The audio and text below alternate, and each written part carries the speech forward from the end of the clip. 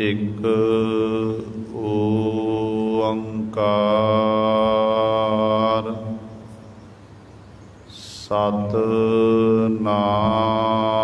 ਸਤਿਨਾਮ ਕਰਤਾ ਪੁਰਖ ਨਿਰਭਉ ਨਿਰਵੈਰ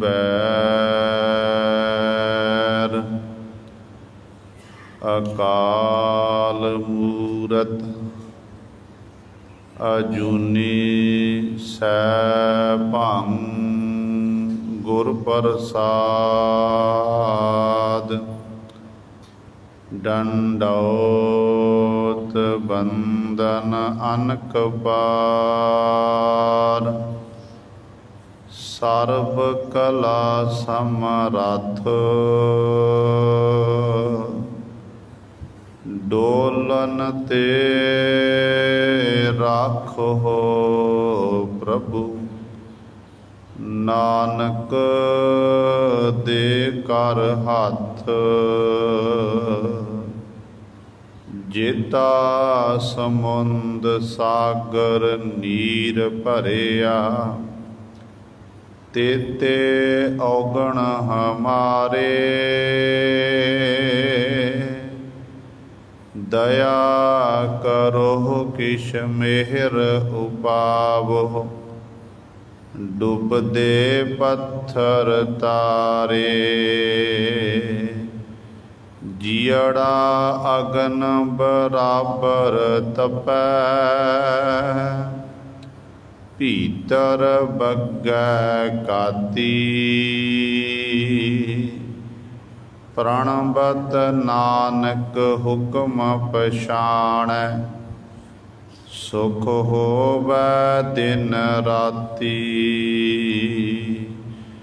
ਬਾਣੀ ਗੁਰੂ ਗੁਰੂ ਹੈ ਬਾਣੀ ਵਿੱਚ ਬਾਣੀ ਅੰਮ੍ਰਿਤ ਸਾਰੇ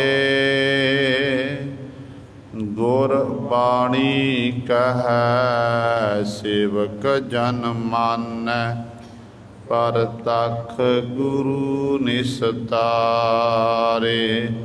ਸੋ ਕਹੋ ਟਲ ਗੁਰ ਸੇਬੀਐ ਅਹਨਿਸ ਸਹਿਜ ਸੁਭਾਏ ਦਰਸ਼ਨ ਪਰਸੈ ਗੁਰੂ ਕੈ ਜਨਮ ਮਰਨ ਦੁਖ ਜਾਏ ਹੋਵੈ ਸਿਫਤ ਖਸਾਮਦੀ ਨੂਰ ਅਰਸੋ ਕੁਰਸੋ ਝਟੀਐ ਤੁਧ ਡਿਠੇ ਸੱਚੇ ਪਾਤਸ਼ਾਹ ਮਲ ਜਨਮ ਜਨਮ ਦੀ ਕੱਟੀਐ ਸੱਜਣ ਸੱਚਾ ਪਾਤਸ਼ਾਹ ਸਿਰ ਸਾਹਾਂਦੈ ਸਾਹੋ ਜਿਸ ਪਾਸ ਬੈਠਿਆ ਸੋਹੀਐ ਸਭਨਾ ਦਾ ਵੇਸਾਹੋ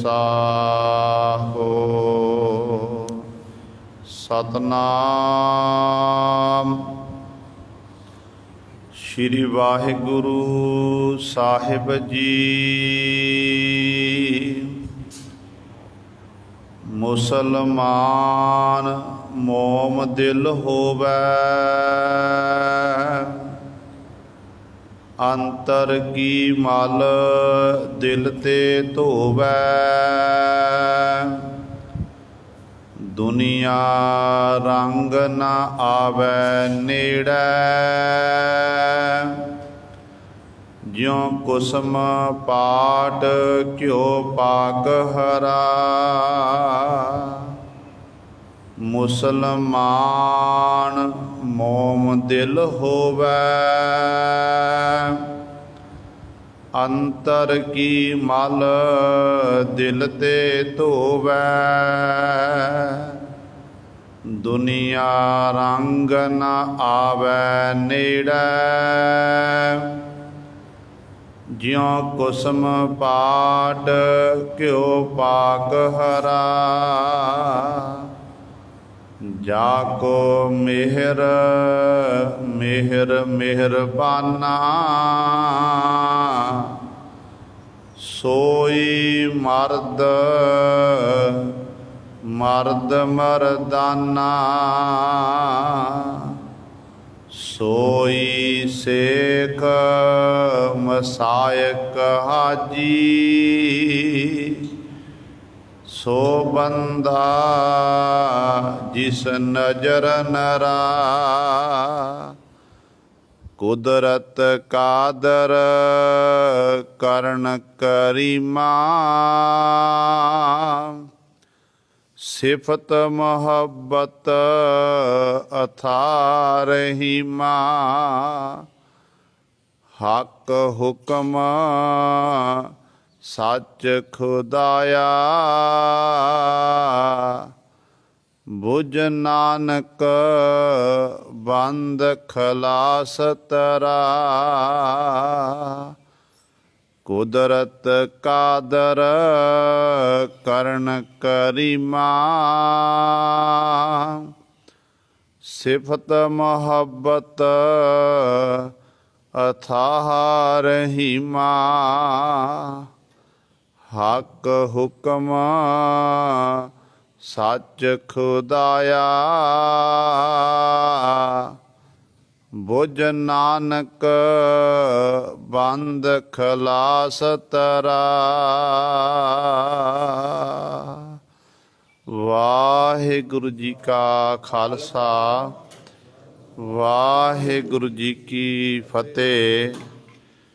परम सन्मानयोग जुगो जुग अटल चबर छतर तख्त दे मालक बाणी के बोहित जाहरा जहूर हाजरा हजूर सर्ब कला समरथ धन धन साहिब श्री गुरु ग्रंथ साहिब सच्चे सतगुरु जी की पावन पवित्र निੱਘੀ गोद अंदर जुड़ बैठे गुरु रूप गुरु सवारे खालसा साध संगत जीओ। आप जी बड़ भागे हो जो दशमेश पिता गुरु कलगीधर सतगुरु अमृत के दाते सर्वंस दानी सहबे कमाल धन धन साहिब श्री गुरु गोबिंद सिंह महाराज जी की चरण छो धरती महान पवित्र अस्थान गुरुद्वारा मंजी साहिब आलमगीर विखे हफ्तावारी वाहिगुरु अमृत वेले तो हाजरियां भर के सतसंगत करके सतगुरु महाराज जी दियां खुशियां प्राप्त कर रहे हो। ਸਾਹਿਬਾਨ ਦੇ पावन दरबार ਦੇ ਵਿੱਚ ਅੰਮ੍ਰਿਤ ਵੇਲੇ ਤੋਂ ਸਜੇ ਹੋਏ ਦੀਵਾਨਾਂ ਵਿੱਚ ਆਪ ਜੀ ਨੇ ਹੁਣੇ ਹੀ ਸਤਿਕਾਰਯੋਗ ਗੁਰੂ ਘਰ ਦੇ ਕੀਰਤਨੀਆਂ ਪਾਸੋਂ श्री आसा जी की वार दे कीर्तन श्रवण किए हैं। सो आओ गुरु सवारियो समा है जो चल रही लड़ीवार गुरबाणी की कथा मारू राग दे विचों आप संगतां श्रवण करदियां आ रही हैं। मारू राग दे विच पंजवें पातशाह धन धन साहिब श्री गुरु अर्जन देव महाराज जी की पावन बाणी मारू सोलहे बाणी की विचार चल रही है। 1084 अंक ते सतगुरु साडे उत्ते बख्शिश कर रहे हैं। कल वाली विचार दे विच आप जी ने 12 बंदा तक विचार श्रवण की सी। अज सतगुरु महाराज 13वें बंद द्वारा सानू पावन उपदेश बख्शिश कर रहे हैं। आओ अपनिया मन बिरतियां एकागर करिए ध्यान गुरु चरणों नाल जोड़िए ते गुरु महाराज जी दे पावन उपदेश नूं ਹਿਰਦਿਆਂ ਵਿੱਚ ਵਸਾ ਕੇ ਆਪਣਾ ਜੀਵਨ ਸਫਲਾ ਕਰੀਏ। ਕਰੋ ਸਾਰੇ ਆਪਣੀ ਰਸਨਾ ਪਵਿੱਤਰ, ਤੇ ਉਚਾਰਨ ਕਰੋ ਜੀ ਸਤਨਾਮ। ਸ਼੍ਰੀ ਵਾਹਿਗੁਰੂ ਸਾਹਿਬ ਜੀ। ਮੁਸਲਮਾਨ ਮੋਮ ਦਿਲ ਹੋਵੈ, ਅੰਤਰ ਕੀ ਮਲ ਦਿਲ ਤੇ ਧੋਵੈ। ਧੰਨ ਧੰਨ ਸਾਹਿਬ ਸ੍ਰੀ ਗੁਰੂ ਅਰਜਨ ਦੇਵ ਮਹਾਰਾਜ ਜੀ ਦੀ ਕਾਜੀ ਮੌਲਾਨਿਆਂ ਦੇ ਨਾਲ ਵਿਚਾਰ ਚਰਚਾ ਹੋ ਰਹੀ ਹੈ। ਕਾਜੀ ਮੌਲਾਨੇ ਸਤਿਗੁਰੂ ਜੀ ਨੂੰ ਅਨੇਕਾਂ ਪ੍ਰਕਾਰ ਦੇ ਸਵਾਲ ਕਰਦੇ ਨੇ। ਉਹਨਾਂ ਦੀ ਮੱਤ ਅਨੁਸਾਰ ਸਤਿਗੁਰੂ ਜੀ ਉਪਦੇਸ਼ ਦੇ ਕੇ ਇੱਕ ਖੁਦਾ ਦੇ ਨਾਲ, ਅੱਲਾ ਦੇ ਨਾਲ ਕਾਜੀ ਮੌਲਾਨਿਆਂ ਨੂੰ ਸਤਿਗੁਰੂ ਜੋੜ ਰਹੇ ਹਨ। ਫਿਰ ਗੱਲ ਚੱਲ ਪਈ ਮਜ਼ਹਬ ਦੀ। ਹਰ ਇੱਕ ਮਨੁੱਖ ਨੂੰ ਆਪਣਾ ਆਪਣਾ ਧਰਮ ਪਿਆਰਾ ਹੈ। ਹਿੰਦੂ ਨੂੰ ਆਪਣਾ ਹਿੰਦੂ ਧਰਮ ਪਿਆਰਾ, ਮੁਸਲਮਾਨ ਨੂੰ ਮੁਸਲਮਾਨ ਧਰਮ ਪਿਆਰਾ, ਸਿੱਖ ਨੂੰ ਸਿੱਖ ਧਰਮ ਪਿਆਰਾ, ਈਸਾਈ ਨੂੰ ਆਪਣਾ ਧਰਮ ਪਿਆਰਾ। ਇਸੇ ਤਰ੍ਹਾਂ ਜਿੰਨੇ ਵੀ ਧਰਮ ਹਨ, ਜਿਸ ਧਰਮ ਨੂੰ ਕੋਈ ਮੰਨਣ ਵਾਲਾ ਹੈ ਉਹਨੂੰ ਉਹ ਧਰਮ ਪਿਆਰਾ ਹੁੰਦਾ ਹੈ। ਤੇ ਗੁਰੂ ਨਾਨਕ ਸਾਹਿਬ ਧੰਨ ਗੁਰੂ ਅਰਜਨ ਦੇਵ ਮਹਾਰਾਜ ਨੂੰ ਫਿਰ ਸਵਾਲ ਕਰ ਦਿੱਤਾ ਕਿ ਪਾਤਸ਼ਾਹ ਜੀ ਅਸੀਂ ਇਸਲਾਮ ਨੂੰ ਮੰਨਣ ਵਾਲੇ ਹਾਂ। ਸਾਡੇ ਬਾਨੀ ਹੋਏ ਨੇ ਮੁਹੰਮਦ ਸਾਹਿਬ ਜੀ ਇਸਲਾਮ ਦੇ ਬਾਨੀ, ਤੇ ਸਾਡੀ ਜਿਹੜੀ ਮੱਤ ਹੈ ਮੁਸਲਮਾਨ ਮੱਤ ਹੈ। ਤੇ ਆਪ ਜੀ ਦੀ ਨਿਗਾਹ ਵਿੱਚ ਮੁਸਲਮਾਨ ਕੌਣ ਹੈ? ਕਿਉਂਕਿ ਗੁਰੂ ਨਾਨਕ ਪਾਤਸ਼ਾਹ ਨੇ ਜਦੋਂ ਧੰਨ ਗੁਰੂ ਅਰਜਨ ਦੇਵ ਮਹਾਰਾਜ ਨੇ 5 ਪ੍ਰਕਾਰ ਦੀਆਂ ਨਿਵਾਜ਼ਾਂ ਦੀ ਗੱਲ ਕਰ ਦਿੱਤੀ ਤੇ ਦੱਸਿਆ ਸਾਰਾ ਚੰਗੀ ਤਰ੍ਹਾਂ ਕਿਹੜਾ ਕਿਸ ਤਰ੍ਹਾਂ ਭੋਜਨ ਜਿਹੜਾ ਹਲਾਲ ਕਰਕੇ ਛਕਦੇ ਨੇ, ਉਹ ਸਾਡੀ ਮੱਤ ਕਿਸ ਤਰ੍ਹਾਂ ਛਕਣਾ ਹੈ। ਤੇ ਗੁਰੂ ਸਾਹਿਬਾਨ ਨੇ ਇਹ ਸਾਰਾ ਸਮਝਾਇਆ ਕਿ ਜਦੋਂ ਇਹ ਕਹਿਣ ਲੱਗੇ ਕਿ ਪਾਤਸ਼ਾਹ ਜਿਹੜਾ ਅਸੀਂ ਹਲਾਲ ਕਰਕੇ ਛਕਣਾ ਜਾਂ 5 ਪ੍ਰਕਾਰ ਦੀ ਸਮੇਂ ਨਵਾਜ਼ ਅਦਾ ਕਰਨੀ ਹੈ, ਤੇ ਇਹ ਸਾਡੇ ਉਜੂ ਪਾਕ ਕਰਨਾ, ਇਹ ਸਾਡੇ ਧਰਮ ਦੇ ਨਿਯਮ ਨੇ। ਮੁਸਲਮਾਨ ਉਦੋਂ ਮੁਕੰਮਲ ਹੈ ਜਦੋਂ ਮੁਸਲਮਾਨ 5 ਸਮੇਂ 5 ਨਿਵਾਜ਼ਾਂ ਅਦਾ ਕਰਦਾ ਹੈ। ਮੁਸਲਮਾਨ ਉਦੋਂ ਮੁਕੰਮਲ ਹੈ ਜਦੋਂ ਇਹ ਮੁਸਲਮਾਨ ਇਹ ਹਲਾਲ ਕਰਕੇ ਭੋਜਨ ਛਕਦਾ ਹੈ। ਤੇ ਸਤਿਗੁਰੂ ਗੁਰੂ ਨਾਨਕ ਧੰਨ ਗੁਰੂ ਅਰਜਨ ਦੇਵ ਮਹਾਰਾਜ ਜੀ ਆਪ ਜੀ ਨੇ ਆਪਣੀ ਮੱਤ ਅਨੁਸਾਰ ਸਾਨੂੰ ਉਪਦੇਸ਼ ਦੇਣਾ ਕੀਤਾ। ਗੁਰੂ ਪਾਤਸ਼ਾਹ ਕਹਿੰਦੇ ਤੁਹਾਨੂੰ ਪਤਾ ਮੁਸਲਮਾਨ ਕੌਣ ਹੈ? ਕਹਿੰਦੇ ਮੁਸਲਮਾਨ ਮੋਮ ਦਿਲ ਹੋਵੇ। ਮੁਸਲਮਾਨ ਉਹ ਹੈ ਜਿਹਦਾ ਦਿਲ ਨਰਮ ਹੋਵੇ, ਭਾਵ ਮੁਸਲਮਾਨ ਉਹ ਜਿਹਦੇ ਅੰਦਰ ਪਰਾਏ ਦੇ ਲਈ ਦਇਆ ਪੈਦਾ ਹੋ ਜਾਵੇ। ਕੋਈ ਦੁਖੀ ਹੋਵੇ, ਦੁਖੀ ਦੀ ਸਹਾਇਤਾ ਕਰਨ ਲਈ ਤਿਆਰ ਹੋ ਜਾਵੇ। ਅਸਲ ਵਿੱਚ ਨਰਮ ਦਿਲ ਵਾਲਾ ਹੀ ਮੁਸਲਮਾਨ ਹੋ ਸਕਦਾ ਹੈ। ਤੇ ਅੰਤਰ ਕੀ ਮਲ ਦਿਲ ਤੇ ਧੋਵੈ। ਤੇ ਅਸਲ ਵਿੱਚ ਮੁਸਲਮਾਨ ਉਹ ਜਿਹੜਾ ਆਪਣੇ ਅੰਦਰ ਦੀ ਮੈਲ ਜਿਹੜੀ ਹੈ ਉਹ ਆਪਣੇ ਦਿਲ ਤੋਂ ਧੋ ਦੇਵੇ। ਉਹ ਕਿਵੇਂ ਧੋਤੀ ਜਾਂਦੀ ਹੈ? ਨਾਮ ਦੇ ਰਾਹੀਂ, ਸਿਮਰਨ ਦੇ ਰਾਹੀਂ। ਸਿਮਰਨ ਭਜਨ ਖੁਦਾ ਦੇ ਨਾਲ ਜੁੜਨ ਦੇ ਨਾਲ ਹੀ ਕਹਿੰਦੇ ਇਹ ਅੰਦਰ ਦੀ ਮੈਲ ਧੋਤੀ ਜਾ ਸਕਦੀ ਹੈ। ਤੇ ਦਿਲ ਨਰਮ ਹੋਣਾ ਚਾਹੀਦਾ, ਕਿਉਂਕਿ ਮੁਸਲਮਾਨ ਕਹਾਵਣ ਮੁਸ਼ਕਲ ਜਾ ਹੋਏ ਤਾਂ ਮੁਸਲਮਾਨ ਕਹਾਵੈ। ਕਹਿੰਦੇ ਨੇ ਮੁਸਲਮਾਨ ਕਿਉਂਕਿ ਜੀ ਆਪਣਾ ਗੁਰੂ ਧੰਨ ਗੁਰੂ ਅਰਜਨ ਦੇਵ ਮਹਾਰਾਜ ਇਸ ਕਰਕੇ ਵਚਨ ਕਰ ਰਹੇ ਨੇ, ਜਿਸ ਜੀਵ ਨੂੰ ਜਿਹੜਾ ਜੀਵ ਸ਼ਰ੍ਹਾ ਦੇ ਵਿੱਚ ਰਹਿੰਦਿਆਂ ਹੋਇਆ, ਆਪਣੇ ਧਰਮ ਵਿੱਚ ਰਹਿੰਦਿਆਂ ਹੋਇਆ ਹੰਕਾਰ ਵਿੱਚ ਅਫਰਿਆ ਫਿਰਦਾ ਹੈ, ਉਹਨਾਂ ਦੇ ਪਰਥਾਏ ਪਰ ਸਤਿਗੁਰਾਂ ਦਾ ਹੰਕਾਰ ਦੂਰ ਕਰਨ ਦੇ ਲਈ ਇਸ ਤਰ੍ਹਾਂ ਇਹ ਸ਼ਬਦ ਉਚਾਰਨ ਕੀਤੇ ਨੇ। ਜਦੋਂ ਗੁਰੂ ਨਾਨਕ ਸਾਹਿਬ ਮਹਾਰਾਜ ਵਿਚਰਦੇ ਹੋਏ ਸਤਿਗੁਰੂ ਜੀ ਹਜ ਕਾਬੇ ਦੀ ਯਾਤਰਾ 'ਤੇ ਗਏ ਸਨ। ਉੱਥੋਂ ਸਤਿਗੁਰੂ ਵਾਪਸ ਮੁੜ ਕੇ ਆਏ ਵਾਪਸ ਮੁੜ ਕੇ ਰਾਹ ਵਿੱਚ ਆ ਰਹੇ ਨੇ। ਇੱਕ ਨਗਰ ਹੈ ਜਿਹਦਾ ਨਾਮ ਹੈ ਉੱਚਾ ਪਿੰਡ। ਇਤਿਹਾਸਕਾਰਾਂ ਨੇ ਉੱਚਾ ਪਿੰਡ ਨਗਰ ਲਿਖਣਾ ਕੀਤਾ ਹੈ। ਕਹਿੰਦੇ ਉੱਥੇ ਸਤਿਗੁਰ ਦੀ ਮਹਿਮਾ ਵਡਿਆਈ ਬਹੁਤ ਹੋ ਚੁੱਕੀ ਸੀ ਕਿ ਧੰਨ ਗੁਰੂ ਨਾਨਕ ਦੇ ਮਹਾਰਾਜ ਪੀਰ ਨਾਨਕ ਜੀ ਮੱਕੇ ਦੀ ਧਰਤੀ 'ਤੇ ਗਏ। ਉੱਥੋਂ ਦੇ ਜੀਵਨ ਨਾਮੀ ਕਾਜੀ ਨੂੰ ਉਹਨਾਂ ਨੂੰ ਉਪਦੇਸ਼ ਦੇਣਾ ਕੀਤਾ। ਮੱਕਾ ਮਦੀਨਾ ਸਤਿਗੁਰ ਦੇ ਚਰਨਾਂ ਵੱਲ ਘੁੰਮ ਗਿਆ, ਮੱਕੇ ਨੂੰ ਘੁਮਾ ਦਿੱਤਾ। ਇਹ ਜਿਹੜੀਆਂ ਘਟਨਾਵਾਂ ਤਾਂ ਸਨ ਇਹ ਪ੍ਰਸਿੱਧ ਹੋ ਗਈਆਂ ਸਨ। ਅਤੇ ਸਤਿਗੁਰ ਦਾ ਜਿਹੜਾ ਨਾਮ ਸੀ ਬੱਚਾ ਬਜ਼ੁਰਗ ਨੌਜਵਾਨ ਸਾਰੇ ਜਾਣਦੇ ਸਨ। ਚਾਹੇ ਉਹ ਮੁਸਲਮਾਨ ਸੀ ਚਾਹੇ ਹਿੰਦੂ ਸੀ, ਸਾਰੇ ਸਤਿਗੁਰ ਦਾ ਸਤਿਕਾਰ ਕਰਦੇ ਸੀ। ਜਦੋਂ ਪਾਤਸ਼ਾਹ ਉਸ ਨਗਰ ਵਿੱਚ ਪਹੁੰਚੇ, ਡੇਰਾ ਲਾ ਲਿਆ। ਭਾਈ ਮਰਦਾਨਾ ਜੀ ਸਤਿਗੁਰ ਦੇ ਨਾਲ ਹਨ। ਕਹਿੰਦੇ ਨੇ ਸਤਿਗੁਰੂ ਗੁਰੂ ਨਾਨਕ ਪਾਤਸ਼ਾਹ ਦੇ ਕੋਲ ਹਿੰਦੂ ਅਤੇ ਮੁਸਲਮਾਨ ਇਕੱਠੇ ਹੋ ਕੇ ਆਏ।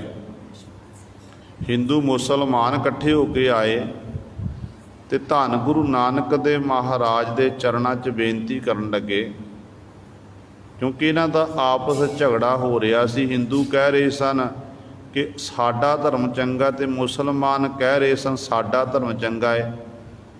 ਇਸ ਤਰ੍ਹਾਂ ਇੱਕ ਦੂਜੇ ਨਾਲ ਝਗੜ ਰਹੇ ਸਨ। ਅਤੇ ਗੁਰੂ ਨਾਨਕ ਸਾਹਿਬ ਮਹਾਰਾਜ ਕੋਲ ਪਹੁੰਚੇ, ਕਹਿਣ ਲੱਗੇ ਕਿ ਪਾਤਸ਼ਾਹ ਆਪ ਜੀ ਫੈਸਲਾ ਕਰੋ, ਸੋ ਕਿਹਦਾ ਧਰਮ ਚੰਗਾ ਹੈ, ਹਿੰਦੂ ਧਰਮ ਚੰਗਾ ਜਾਂ ਮੁਸਲਮਾਨ ਧਰਮ ਚੰਗਾ ਹੈ। ਅਤੇ ਧੰਨ ਗੁਰੂ ਨਾਨਕ ਦੇ ਮਹਾਰਾਜ ਜੋ ਉੱਤਰ ਦੇਣਾ ਕੀਤਾ ਸੀ ਉਹਦਾ ਵਰਣਨ ਭਾਈ ਗੁਰਦਾਸ ਜੀ ਨੇ ਆਪਣੀ ਵਾਰ ਵਿੱਚ ਕੀਤਾ ਹੈ। ਭਾਈ ਗੁਰਦਾਸ ਜੀ ਲਿਖਦੇ ਨੇ, ਕਹਿੰਦੇ ਪੁੱਛਣ ਗੱਲ ਈਮਾਨ ਦੀ, ਕਾਜੀ ਮੁੱਲਾ ਇਕੱਠੇ ਹੋਏ, ਬੰਡਾ ਸੰਗ ਵਰਤਾਇਆ, ਲੱਖ ਨ ਸਕੈ ਕੁਦਰਤ ਕੋਈ, ਪੁੱਛਣ ਫੋਲ ਕਿਤਾਬ ਨੂੰ, ਹਿੰਦੂ ਵੱਡਾ ਕਿ ਮੁਸਲਮਾਨੋਈ, ਬਾਬਾ ਆਖੇ ਹਾਜੀਆਂ ਸ਼ੁਭ ਅਮਲਾ ਬਾਝੋ ਦੋਨੋਂ ਰੋਈ। ਹਿੰਦੂ ਮੁਸਲਮਾਨ ਦੋਏ ਦਰਗਹ ਅੰਦਰ ਲਹਿ ਨ ਢੋਈ। ਧੰਨ ਗੁਰੂ ਨਾਨਕ ਦੇ ਮਹਾਰਾਜ ਨੇ ਗੱਲ ਮੁਕਾ ਦਿੱਤੀ। ਇਹ ਕਹਿਣ ਲੱਗੇ ਪਾਤਸ਼ਾਹ ਜਿਹੜੀ ਤੁਹਾਡੇ ਕੋਲ ਇਹ ਕਿਤਾਬ ਹੈ, ਕਿਉਂ ਗੁਰੂ ਨਾਨਕ ਪਾਤਸ਼ਾਹ ਦੇ ਕੋਲ ਆਸਾ ਹੱਥ ਕਿਤਾਬ ਕਛ ਭਾਈ ਗੁਰਦਾਸ ਜੀ ਲਿਖਦੇ ਨੇ। ਜਦੋਂ ਸਤਿਗੁਰੂ ਮੱਕੇ ਮਦੀਨੇ ਦੀ ਯਾਤਰਾ 'ਤੇ ਗਏ ਸਨ ਅਤੇ ਉਦੋਂ ਸਤਿਗੁਰ ਦੇ ਕੱਛ ਵਿੱਚ ਕਿਤਾਬ ਸੀ। ਉਹ ਕਿਤਾਬ ਜਿਹਦੇ ਵਿੱਚ ਸਤਿਗੁਰੂ ਜੋ ਬਾਣੀ ਉਚਾਰਨ ਕਰਦੇ ਸਨ ਉਹ ਬਾਣੀ ਲਿਖ ਲੈਂਦੇ ਸੀ। ਇੱਕ ਛੋਟਾ ਜਿਹਾ ਡੰਡਾ ਸਤਿਗੁਰ ਨੇ ਸੋਟੀ ਆਪਣੇ ਹੱਥ ਵਿੱਚ ਪਕੜੀ ਹੋਈ ਸੀ। ਅਤੇ ਇਹ ਕਹਿਣ ਲੱਗੇ ਸਾਰੇ ਸਤਿਗੁਰ ਨੂੰ ਇਕੱਠੇ ਹੋ ਕੇ ਕਿ ਪਾਤਸ਼ਾਹ ਆਪਣੀ ਕਿਤਾਬ ਨੂੰ ਖੋਲ੍ਹ ਕੇ ਦੱਸੋ ਕਿ ਤੁਹਾਡੀ ਕਿਤਾਬ 'ਚ ਕੀ ਲਿਖਿਆ, ਹਿੰਦੂ ਧਰਮ ਦਾ ਲਿਖਿਆ ਜਾਂ ਮੁਸਲਮਾਨਾਂ ਬਾਰੇ ਕਿਹੜਾ ਧਰਮ ਚੰਗਾ ਹੈ। ਅਤੇ ਸਤਿਗੁਰੂ ਕਹਿਣ ਲੱਗੇ ਹਿੰਦੂ ਮੁਸਲਮਾਨ ਦੋਏ ਦਰਗਹ ਅੰਦਰ ਲੈ ਨ ਢੋਈ। ਕਹਿ ਦੋਨੇ ਮਾਲਕ ਦੀ ਦਰਗਾਹ ਵਿਖੇ ਇਹ ਢੋਈ ਨਹੀਂ ਪ੍ਰਾਪਤ ਕਰ ਸਕਦੇ। ਭਾਵ ਅਸਲ ਵਿੱਚ ਜਿਸ ਧਰਮ ਦੇ ਵਿੱਚ ਪਰਮਾਤਮਾ ਦਾ ਨਾਮ ਜਪਿਆ ਜਾਂਦਾ, ਜਿਸ ਧਰਮ ਨੂੰ ਪ੍ਰਾਪਤ ਕਰਕੇ ਰੱਬ ਚੇਤੇ ਆਉਂਦਾ ਹੈ, ਉਹ ਧਰਮ ਗੁਰੂ ਸਵਰਿਓ ਫਿਰ ਉਹ ਠੀਕ ਹੈ। ਹਰ ਇੱਕ ਧਰਮ ਦੇ ਆਪਣੇ ਆਪਣੇ ਨਿਯਮ ਹਨ। ਜੇ ਆਪਣੇ ਧਰਮ ਦੇ ਦਿੱਤਾ ਹੀ ਨਿਯਮ ਜੀਵਨ ਨਿਭਾ ਰਿਹਾ ਹੈ, ਚਾਹੇ ਉਹ ਹਿੰਦੂ ਹੈ, ਮੁਸਲਮਾਨ, ਸਿੱਖ ਹੈ, ਕੋਈ ਵੀ ਹੈ, ਫਿਰ ਤਾਂ ਉਹ ਸਤਿਗੁਰ ਦੇ ਦਰ 'ਤੇ ਪ੍ਰਵਾਨ ਹੈ, ਪਰਮੇਸ਼ਰ ਦੇ ਦਰ 'ਤੇ ਪ੍ਰਵਾਨ ਹੈ। ਪਰ ਜੇ ਇਸ ਦੇ ਉਲਟ ਧਰਮ ਦੇ ਜਿਹੜੇ ਨਿਯਮ ਨੇ ਉਹ ਵੀ ਨਿਭਾ ਰਿਹਾ ਅਤੇ ਨਾਲ ਹੰਕਾਰੀ ਬਣਿਆ ਫਿਰਦਾ ਹੈ, ਦੂਜੇ ਧਰਮ ਦਾ ਨਿਰਾਦਰ ਕਰਦਾ ਹੈ, ਫਿਰ ਉਹ ਜੀਵ ਸਤਿਗੁਰ ਦੇ ਦਰ 'ਤੇ ਪ੍ਰਵਾਨ ਨਹੀਂ। ਅਸਲ ਵਿੱਚ ਉਹ ਮਨੁੱਖ ਪ੍ਰਵਾਨ ਹੈ ਜਿਹੜਾ ਗੁਰੂ ਸਵਾਰਿਓ ਉਸ ਖੁਦਾ ਦੀ ਇਬਾਦਤ ਕਰਦਾ, ਪਰਮੇਸ਼ਰ ਨੂੰ ਚੇਤੇ ਰੱਖਦਾ ਹੈ। ਜਿਹਨੂੰ ਪਰਮੇਸ਼ਰ ਚੇਤੇ ਦੇ ਵਿੱਚ ਨਹੀਂ ਹੈ। ਧਰਮ ਦੇ ਨਾਂ 'ਤੇ ਲੜਦਾ ਕੌਣ ਹੈ? ਧਰਮ ਦੇ ਨਾਂ 'ਤੇ ਉਹੀ ਲੜੇਗਾ ਜਿਹੜਾ ਗੁਰੂ ਸਵਾਰਿਓ ਜਿਹੜਾ ਆਪ ਧਰਮ ਦੇ ਜਿਹੜੇ ਨਿਯਮ ਨੇ ਉਹਨਾਂ ਦੀ ਪਾਲਣਾ ਨਾ ਕਰਦਾ ਹੋਵੇ, ਜਿਹੜਾ ਆਪਣੇ ਧਰਮ ਵਿੱਚ ਪਰਪਾ ਕੇ ਕਦੇ ਕਿਸੇ ਨਾਲ ਝਗੜਾ ਨਹੀਂ ਕਰੇਗਾ, ਉਹ ਫਿਰ ਹਰ ਸਮੇਂ ਪਰਮੇਸ਼ਰ ਦੀ ਆਰਾਧਨਾ ਕਰਦਾ, ਵਾਹਿਗੁਰੂ ਦੇ ਗੁਣਾਂ ਦਾ ਗਾਇਨ ਕਰਦਾ ਹੈ। ਇਸੇ ਪ੍ਰਕਾਰ ਹੀ ਧੰਨ ਗੁਰੂ ਨਾਨਕ ਦੇ ਮਹਾਰਾਜ ਦਾ ਇਹ ਜਵਾਬ ਸੁਣ ਕੇ ਇਹਨਾਂ ਦੀ ਤਸੱਲੀ ਹੋਈ। ਕਹਿੰਦੇ ਬਾਬਾ ਆਖੇ ਹਾਜੀਆ ਸ਼ੁਭ ਅਮਲਾ ਬਾਝੋਂ ਦੋਨੋਂ ਰੋਈ। ਹਿੰਦੂ ਮੁਸਲਮਾਨ ਦੋਏ ਦਰਗਾਹ ਅੰਦਰ ਲੈਣ ਨਾ ਢੋਈ। ਬਾਬਾ ਆਖੇ ਹਾਜੀਆਂ ਸ਼ੁਭ ਅਮਲਾ ਬਾਝੋਂ ਦੋਨੋਂ ਰੋਈ। ਕਹਿੰਦੇ ਚੰਗੇ ਕਰਮ ਨਹੀਂ ਕੀਤੇ, ਚਾਹੇ ਉਹ ਮੁਸਲਮਾਨ ਨੇ ਚਾਹੇ ਹਿੰਦੂ ਨੇ, ਕੋਈ ਵੀ ਹਨ। ਕਹਿੰਦੇ ਚੰਗੇ ਕੀਤੇ ਹੋਏ ਕਰਮਾਂ ਦੀ, ਜਪੇ ਹੋਏ ਨਾਮ ਦੀ ਕਦਰ ਉਸ ਮਾਲਕ ਦੀ ਦਰਗਾਹ ਵਿਖੇ ਪ੍ਰਭੂ ਦੇ ਦਰ 'ਤੇ ਪੈਂਦੀ ਹੈ। ਜੇ ਚੰਗੇ ਕਰਮ ਕੀਤੇ ਨੇ ਫਿਰ ਕਹਿੰਦੇ ਉਹ ਪ੍ਰਵਾਨ ਹਨ, ਜੇ ਨਹੀਂ ਹਨ ਤੇ ਨਹੀਂ ਪ੍ਰਵਾਨ ਹਨ। ਇਸੇ ਤਰ੍ਹਾਂ ਹੀ ਇੱਕ ਹੋਰ ਸ਼ਬਦ ਗੁਰੂ ਗ੍ਰੰਥ ਸਾਹਿਬ ਮਹਾਰਾਜ ਵਿੱਚ ਭਗਤ ਨਾਮਦੇਵ ਸਾਹਿਬਾਨ ਜੀ ਦਾ ਆਉਂਦਾ ਹੈ। ਉਹਨਾਂ ਦੇ ਨਾਲ ਵੀ ਇਹਨਾਂ ਹਿੰਦੂ ਤੇ ਮੁਸਲਮਾਨਾਂ ਦੀ ਵਿਚਾਰ ਚਰਚਾ ਹੋ ਰਹੀ ਹੈ। ਭਗਤ ਨਾਮਦੇਵ ਸਾਹਿਬਾਨ ਜਿਹੜੇ ਨੀਵੀਂ ਜਾਤ ਜਿਹਨਾਂ ਜਨਮ ਹੋਇਆ, ਪਰ ਜਿਹੜੇ ਉਹਨਾਂ ਨੇ ਸ਼ਬਦ ਵਰਤੇ ਨੇ ਗੁਰਬਾਣੀ ਦੇ ਵਿੱਚ, ਉਹ ਕੋਈ ਸੂਰਮਾ ਮਨੁੱਖ ਹੀ ਵਰਤ ਸਕਦਾ ਹੈ। ਸੂਰਮਾ ਇੱਕ ਸੂਰਮਾ ਹੁੰਦਾ ਮੈਦਾਨੇ ਜੰਗ ਵਿੱਚ ਦੁਸ਼ਮਣਾਂ ਜੂਝਦਾ ਤੇ ਸ਼ਹਾਦਤ ਦਾ ਜਾਮ ਪੀ ਲੈਂਦਾ ਜਾਂ ਬੈਰੀ ਨੂੰ ਖਤਮ ਕਰ ਦਿੰਦਾ ਹੈ। ਇੱਕ ਸੂਰਮਾ ਉਹ ਹੋ ਗਿਆ। ਇੱਕ ਸੂਰਮਾ ਜਿਹਨੂੰ ਨਾਮ ਦਾ ਰੰਗ ਲੱਗਿਆ ਹੋਵੇ। ਧੰਨ ਗੁਰੂ ਅਰਜਨ ਦੇਵ ਮਹਾਰਾਜ ਦੇ ਬਚਨ ਪੜ੍ਹਦੇ ਆ ਨਾ ਆਪਾਂ, ਜਾ ਕੋ ਹਰ ਰੰਗ ਲਾਗੋ ਇਸ ਯੁੱਗ ਮੈਂ, ਸੋ ਕਹੀਅਤ ਹੈ ਸੂਰਾ, ਆਤਮ ਜਿਣੈ ਸਗਲ ਵਸ ਤਾਂਕੈ, ਜਾ ਕਾ ਸਤਿਗੁਰ ਪੂਰਾ। ਇਸੇ ਪ੍ਰਕਾਰ ਹੀ ਭਗਤ ਨਾਮਦੇਵ ਜੀ ਐਸੇ ਸੂਰਮੇ ਸਨ ਜਿਨ੍ਹਾਂ ਨੂੰ ਨਾਮ ਦਾ ਰੰਗ ਲੱਗਿਆ ਹੋਇਆ ਸੀ।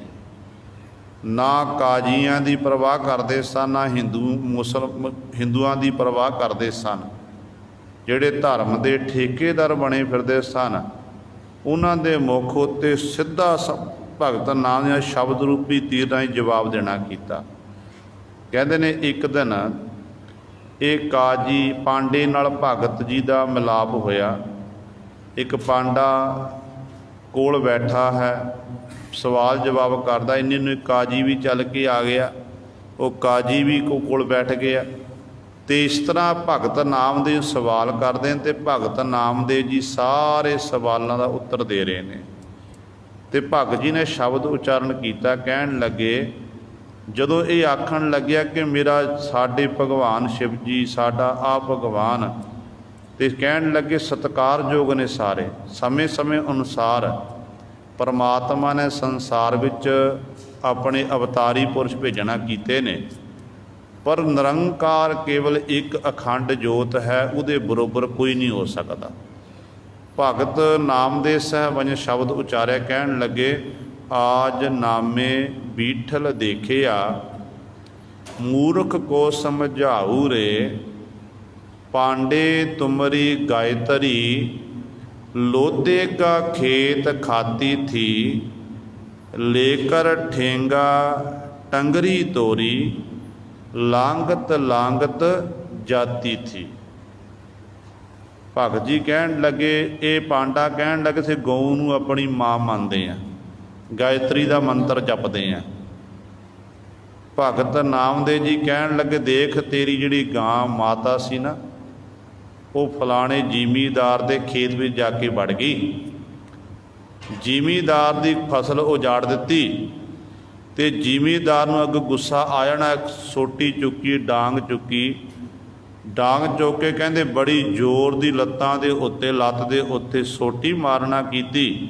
ਉਹ ਤੇਰੀ ਗਊ ਮਾਂ ਕਹਿੰਦੇ ਨੇ ਲਾਂਗਤ ਲਾਂਗਤ ਜਾਤੀ ਥੀ, ਲੰਗੜਾਉਂਦੀ ਹੋਈ ਅੱਗੇ ਉੱਥੋਂ ਚਲੀ। ਕਹਿੰਦੇ ਪਾਂਡੇ ਤੁਮਰੀ ਗਾਇਤਰੀ, ਲੋਧੇ ਕਾ ਖੇਤ ਖਾਤੀ ਥੀ, ਲੇਕਰ ਠੇਂਗਾ ਟੰਗਰੀ ਤੋਰੀ, ਲਾਂਗਤ ਲਾਂਗਤ ਜਾਤੀ ਥੀ, ਪਾਂਡੇ ਤੁਮਰਾ ਮਹਾਦੇਓ, ਧੌਲੇ ਬਲਦ ਚੜ੍ਹਿਆ ਆਵ ਦੇਖਿਆ ਥਾ, ਮੋਦੀ ਕੇ ਕਰ ਖਾਣਾ ਪਾਕਾ, ਬਾਕਾ ਲੜਕਾ ਮਾਰਿਆ ਥਾ।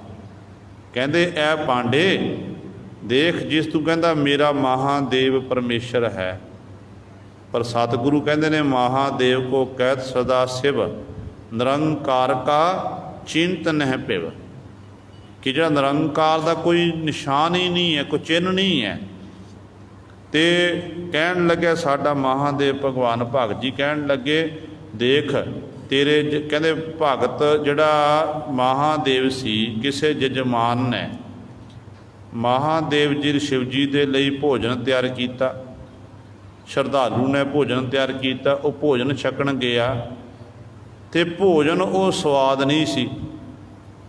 भोजन ना स्वाद होने करके गुस्से विच आके वाका लड़का मारिया था, वो श्रद्धालु का लड़का अपने हथी खत्म कर दिता।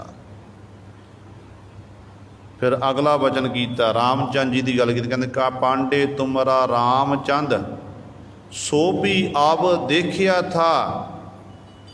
पांडे तुमरा रामचंद सो भी अब देखिया था। रावण सेती सरबर होई घर की जोए गवाई थी।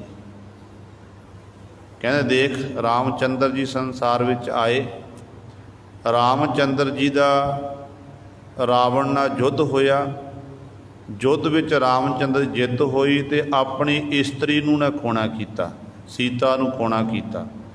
ते कहन लगे इस प्रकार देख वो भी कहते संसार विच आया ते चलिया गया। पांडे तुम्हारा रामचंद सोपी आव देखिया था। रावण सेती सरबर होई घर की जोए गवाई थी।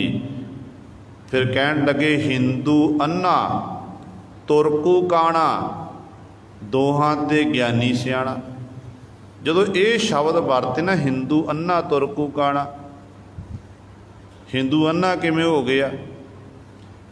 क्योंकि परमेश्वर एक है, वाहिगुरु एक है, ते हिंदू जिहड़ा है उहदे 33 करोड़ देवते बनाए हुए ने।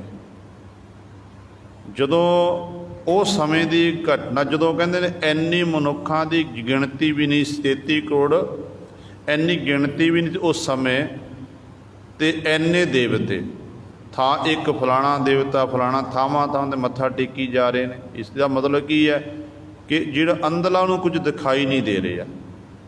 तो जिहड़ा तुरकू काणा, तुरकू काणे किवें कहंदे उन्हां दी हालत इहो जी है केवल वो मक्के मदीने दे विच ही, मक्के दे विच ही रब नूं खुदा नूं जाणदे कि खुदा उत्थे है, हालांकि खुदा सारियां थावां ते समाया होया है। परमेश्वर एक है तो परमेश्वर दे अनेकां ही रूप बना दिते, अनेकां ही देवी देवतियां की पूजा करन लग पे। तो इस तरह सतगुरु भगत जी कहते ये हिंदू अन्ना तुरकू काणा दोहां ते ज्ञानी सियाणा। हिंदू पूजा देहोरा मुसलमान मसीत नामे सोई सेविया जह देहरा ना मसीत। कहते हिंदू देहरे नूं मंदिरां नूं पूजते ने, मुसलमान मसीतां नूं पूजते हैं, पर नामदेव जी ने उहदी सेवा करना कीती जिहड़ा ना देहरियां विच ना मसीतां दे विच है, जिहड़ा सारियां थावां ते रमिया होया है, वो मेरे विच भी है तुहाडे विच भी है, उहदा कण कण विच वासा है। जिहड़ा वो ऐसे मालक नूं सेवदा है असल विच वो असल मुसलमान है, वो रब दा प्यारा भगत है, वो गुरमुख है। क्योंकि सानू गुरु साहिबान ने दस्सिया है किसी देवी देवते की पाश निंदिया नहीं की, पखंड का खंडन किया है। जिथे पखंड हो रहा है पखंड का खंडन सतगुर ने किया है, तो ये आखना किया कि भाई एक अकाल पुरख की पूजा करो, एक रब है, एक अकाल पुरख है, उस मालक वाहिगुरु की पूजा करना करो। जो उस मालक की वाहिगुरु की पूजा करोगे फिर कहते उस मालक के दर ते प्रवान होवोगे, साडा संसार विच फिर आया सफला होवेगा। इस करके गुरु पातशाह इत्थे बचन करते हैं, कहते मुसलमान कौन है? मुसलमान मोम दिल होवे, जिहदा दिल नरम होवे, जिहदे दिल विच जी दया प्रवान होवे, जिहदे दिल विच पराए दा भला लोचदा होवे, असल विच वो मुसलमान है। जे आपां मुसलमानां दी गल करिए पता नहीं किन्ने गुरु दे सिख होए ने जिन्हां ने गुरु पातशाह गुरु नानक साहब महाराज तो लैके गुरु कलगीधर पातशाह महाराज तक ਮੁਸਲਮਾਨਾਂ ਨੇ ਗੁਰੂ ਪਾਤਸ਼ਾਹ ਸੇਵਾ ਕੀਤੀ ਹੈ। ਜੇ ਆਪਾਂ ਗੁਰੂ ਨਾਨਕ ਪਾਤਸ਼ਾਹ ਦੀ ਗੱਲ ਕਰੀਏ, ਭਾਈ ਗੁਰਦਾਸ ਜੀ ਕਹਿੰਦੇ ਨੇ, ਇੱਕ ਬਾਬਾ ਅਕਾਲ ਰੂਪ, ਦੂਜਾ ਰਬਾਬੀ ਮਰਦਾਨਾ। ਮਰਦਾਨਾ ਜਾਤ ਦੇ ਮੁਸਲਮਾਨ ਸਨ, ਮਰਾਸੀ ਜਾਤ ਮੁਸਲਮਾਨਾਂ ਵਿੱਚ ਆਉਂਦੀ ਹੈ। ਅਤੇ ਕਿੰਨੇ ਸਤਿਗੁਰ ਦੇ ਸ਼ਰਧਾਲੂ ਸੀ। ਹਿੰਦੂ ਵੀ ਸਤਿਗੁਰ ਨੂੰ ਮੰਨਣ ਵਾਲੇ, ਮੁਸਲਮਾਨ ਵੀ ਮੰਨਣ ਵਾਲੇ ਸਨ। ਅੱਗੇ ਆਪਾਂ ਗੱਲ ਕਰੀਏ ਪੰਜਵੇਂ ਪਾਤਸ਼ਾਹ ਮਹਾਰਾਜ ਦੇ ਸਮੇਂ ਦੀ। ਪੰਜਵੇਂ ਪਾਤਸ਼ਾਹ ਮਹਾਰਾਜ ਨੇ ਪੀਰ ਸਾਈਂ ਮੀਆਂ ਮੀਰ ਜੀ ਪਾਸੋਂ ਹਰਿਮੰਦਰ ਸਾਹਿਬ ਦੀ ਨੀਂਹ ਰਖਾਣਾ ਕੀਤੀ ਸੀ। ਹਰਿਮੰਦਰ ਸਾਹਿਬ ਦੀ ਨੀਂਹ ਸਾਈਂ ਮੀਆਂ ਮੀਰ ਜੀ ਪਾਸੋਂ ਰਖਵਾਈ। ਕਿਉਂ ਰਖਾਈ? ਤਾਂ ਕਿ ਜਿਹੜਾ ਲੋਕਾਂ ਦੇ ਵਿੱਚ ਚਾਰ ਮਜ਼ਹਬਾਂ ਕਰਕੇ ਝਗੜਾ ਹੈ, ਫਸਾਦ ਹੈ, ਉਹ ਖਤਮ ਹੋਵੇ। ਇੱਕ ਥਾਂ 'ਤੇ ਸਾਰੇ, ਕਿਉਂਕਿ ਪਰਮਾਤਮਾ ਦੇ ਸਾਰੇ ਜੀਵ ਪੈਦਾ ਕੀਤੇ ਹਨ। ਅਵਰ ਅੱਲਾਹ ਨੂਰ ਉਪਾਇਆ, ਕੁਦਰਤ ਕੇ ਸਭ ਬੰਦੇ, ਏਕ ਨੂਰ ਤੇ ਸਭ ਜਗ ਉਪਜਿਆ, ਕੌਣ ਭਲੇ ਕੋ ਮੰਦੇ। ਹਰਿਮੰਦਰ ਸਾਹਿਬ ਦੇ ਚਾਰ ਦਰਵਾਜ਼ੇ ਪਾਤਸ਼ਾਹ ਰਖਵਾਏ। ਸਾਈਂ ਮੀਆਂ ਮੀਰ ਜੀ ਪਾਸੋਂ ਨੀਂਹ ਰਖਾਈ, ਚਾਰ ਦਰਵਾਜ਼ੇ ਰਖਾਏ ਨੇ, ਕਿਉਂਕਿ ਚਾਰ ਉੱਤਰ, ਦੱਖਣ, ਪੂਰਬ, ਪੱਛਮ ਕਿਸੇ ਵੀ ਪਾਸੇ ਕੋਈ ਚੱਲ ਕੇ ਆਵੇ, ਸਾਰਿਆਂ ਦੇ ਲਈ ਹਰਿਮੰਦਰ ਸਾਹਿਬ ਦੇ ਦਰਵਾਜ਼ੇ ਖੁੱਲ੍ਹੇ ਨੇ। ਅਤੇ ਚਾਰ ਹੀ ਵਰਨ ਸਨ, ਖੱਤਰੀ, ਬ੍ਰਾਹਮਣ, ਸੂਦ, ਵੈਸ। ਕੋਈ ਵੀ ਚੱਲ ਗਿਆ, ਖੱਤਰੀ ਚੱਲ ਗਿਆ, ਬ੍ਰਾਹਮਣ ਚੱਲ, ਸ਼ੂਦਰ ਆਵੇ, ਵੈਸ ਆਵੇ। ਹਰਿਮੰਦਰ ਸਾਹਿਬ ਦੇ ਦਰਵਾਜ਼ੇ ਹਰ ਇੱਕ ਲਈ ਖੁੱਲ੍ਹੇ ਹਨ। ਦੇਖੋ, ਦਰਵਾਜ਼ੇ ਚਾਰ ਰੱਖਣਾ ਕੀਤੇ ਅਤੇ ਰਸਤਾ ਇੱਕ ਰੱਖਿਆ, ਪੁਲ ਇੱਕ। ਰਸਤਾ ਇੱਕ ਹੈ ਸੱਚਖੰਡ ਨੂੰ ਜਾਣ ਦਾ। ਸਮਝਾਇਆ ਪਾਤਸ਼ਾਹ ਨੇ ਕਿ ਬੇਸ਼ੱਕ ਰਾਹ ਵੱਖਰੇ ਵੱਖਰੇ ਹਨ, ਰਾਹ ਵੱਖਰੇ ਵੱਖਰੇ ਹਨ, ਪਰ ਸੱਚਖੰਡ ਜਿਹੜਾ ਹੈ, ਨਿਰੰਕਾਰ ਦਾ ਦਰ ਹੈ, ਉਹਨੂੰ ਜਾਣ ਦਾ ਮਾਰਗ ਇੱਕ ਰਸਤਾ ਹੀ ਹੈ। ਕਿਉਂਕਿ ਪਰਮਾਤਮਾ ਇੱਕ ਹੈ। ਅਸਲ ਵਿੱਚ ਪਰਮਾਤਮਾ ਇੱਕ ਹੈ। ਰੱਬ ਦੇ ਨਾਂ 'ਤੇ ਆਪਾਂ ਝਗੜੇ ਕਰਦੇ ਫਿਰਦੇ ਹਾਂ, ਜੋ ਬਿਲਕੁਲ ਗਲਤ ਹੈ। ਝਗੜਾ ਨਹੀਂ ਕਿਸੇ ਨਾਲ ਕਰਨਾ। ਸਾਰੇ ਧਰਮ ਸਤਿਕਾਰਯੋਗ ਹਨ, ਪਰ ਆਪਣੇ ਧਰਮ ਉੱਤੇ ਸਾਨੂੰ ਫਕਰ ਹੋਣਾ ਚਾਹੀਦਾ। ਆਪਾਂ ਸਿੱਖ ਧਰਮ ਵਿੱਚ ਸਾਨੂੰ ਫਕਰ ਹੋਣਾ, ਸਾਡਾ ਜਿਹੜਾ ਧਰਮ ਹੈ ਇਹ ਕੁਰਬਾਨੀਆਂ ਨਾਲ ਸਾਨੂੰ ਪ੍ਰਾਪਤ ਹੋਇਆ ਹੈ। ਜੇ ਗੁਰੂ ਨਾਨਕ ਸਾਹਿਬ ਮਹਾਰਾਜ ਨੇ ਪਹਿਲੇ ਜਾਮੇ 'ਚ ਬਚਨ ਕੀਤੇ ਕਿ ਜੋ ਤੋ ਪ੍ਰੇਮ ਖੇਲਣ ਕਾ ਚਾਓ, ਸਿਰ ਧਰ ਤਲੀ ਗਲੀ ਮੇਰੀ ਆਓ, ਇਤ ਮਾਰਗ ਪੈਰ ਧਰੀਜੈ, ਸਿਰ ਦੀਜੈ ਕਾਣ ਨਾ ਕੀਜੈ। ਅਤੇ ਇੱਥੋਂ ਫਿਰ ਸਤਿਗੁਰੂ ਨੇ ਬਚਨ ਕੀਤੇ ਅਤੇ ਗੁਰੂ ਸਵਾਰਿਓ ਕਿੰਨਿਆਂ ਨੇ ਆਪਣੇ ਸਿਰ ਦੇਣਾ ਕੀਤੇ, ਕਿੰਨੇ ਪ੍ਰੇਮ ਦੀ ਗਲੀ ਵਿੱਚ ਖੇਡੇ ਨੇ, ਗਿਣਤੀ ਨਹੀਂ ਕੀਤੀ ਜਾ ਸਕਦੀ। ਸੋ ਸਾਈਂ ਮੀਆਂ ਮੀਰ ਜੀ ਨੇ ਨੀਂਹ ਰੱਖੀ। ਫਿਰ ਇਹੀ ਸਾਈਂ ਮੀਆਂ ਮੀਰ ਜੀ ਸਨ ਜਿਨ੍ਹਾਂ ਨੇ ਜਦੋਂ ਗੁਰੂ ਸਵਾਰਿਓ ਸਤਿਗੁਰੂ ਗੁਰੂ ਹਰਗੋਬਿੰਦ ਸਾਹਿਬ ਮਹਾਰਾਜ ਨੂੰ ਗਵਾਲੀਅਰ ਦੇ ਕਿਲੇ ਵਿੱਚ ਕੈਦ ਕੀਤਾ ਹੋਇਆ ਹੈ। ਜਹਾਂਗੀਰ ਬਾਦਸ਼ਾਹ ਛੱਡ ਨਹੀਂ ਰਿਹਾ, ਇੱਥੋਂ ਤੱਕ ਕਹਿੰਦੇ ਇਹਦੀ ਬੇਗਮ ਨੂਰ ਜਹਾਂ ਕੋਲ ਬੈਠੀ ਹੈ। ਅਤੇ ਇਹ ਸਾਈਂ ਮੀਆਂ ਜਿਹੜਾ ਜਹਾਂਗੀਰ ਬਾਦਸ਼ਾਹ ਪੁੱਛਦਾ ਹੈ ਕਿ ਰੱਬ ਦਾ ਜਿਹੜਾ ਅਸਲੀ ਸੰਤ ਸੰਸਾਰ ਵਿੱਚ ਕੌਣ ਹੈ ਇਸ ਸਮੇਂ। ਕਹਿਣ ਲੱਗੇ ਬ੍ਰਹਮ ਗਿਆਨੀ ਕੌਣ ਹੈ। ਅਤੇ ਅੱਗੋਂ ਸਾਈਂ ਮੀਆਂ ਵੀ ਉੱਤਰ ਦੇਣਾ ਕੀਤਾ ਸੀ ਕਿ ਜਿਨ੍ਹਾਂ ਨੂੰ ਤੁਸੀਂ ਸ਼ਹੀਦ ਕਰਵਾਇਆ ਗੁਰੂ ਅਰਜਨ ਦੇਵ ਮਹਾਰਾਜ, ਅਸਲੀ ਸੰਤ ਸੀ। ਅਤੇ ਇਸ ਸਮੇਂ ਉਹਨਾਂ ਦੇ ਸਾਹਿਬਜ਼ਾਦੇ ਛੇਵੇਂ ਪਾਤਸ਼ਾਹ ਮੀਰੀ ਪੀਰੀ ਦੇ ਮਾਲਕ ਗੁਰੂ ਹਰਗੋਬਿੰਦ ਸਾਹਿਬ ਮਹਾਰਾਜ, ਜਿਨ੍ਹਾਂ ਨੂੰ ਕੈਦ ਵਿੱਚ ਕੀਤਾ ਹੋਇਆ ਹੈ। ਜੋ ਸਾਈਂ ਮੀਆਂ ਮੀਰ ਜੀ ਤੋਂ ਇਹ ਬੋਲ ਸੁਣੇ, ਕਹਿਣ ਲੱਗੇ ਜੇ ਤੁਸੀਂ ਆਪਣਾ ਭਲਾ ਚਾਹੁੰਦੇ ਹੋ, ਆਪਣੇ ਕੀਤੇ ਹੋਏ ਗੁਨਾਹਾਂ ਨੂੰ ਬਖਸ਼ਾਉਣਾ ਚਾਹੁੰਦੇ ਹੋ, ਅਤੇ ਗੁਰੂ ਹਰਗੋਬਿੰਦ ਸਾਹਿਬ ਮਹਾਰਾਜ ਨੂੰ ਰਿਹਾ ਕਰਨਾ ਕਰੋ। ਸਾਈਂ ਮੀਆਂ ਮੀਰ ਜੀ ਦਾ ਬਹੁਤ ਵੱਡਾ ਹੱਥ ਸੀ ਛੇਵੇਂ ਪਾਤਸ਼ਾਹ ਮਹਾਰਾਜ ਨੂੰ ਰਿਹਾ ਕਰਾਉਣ ਦੇ ਵਿੱਚ।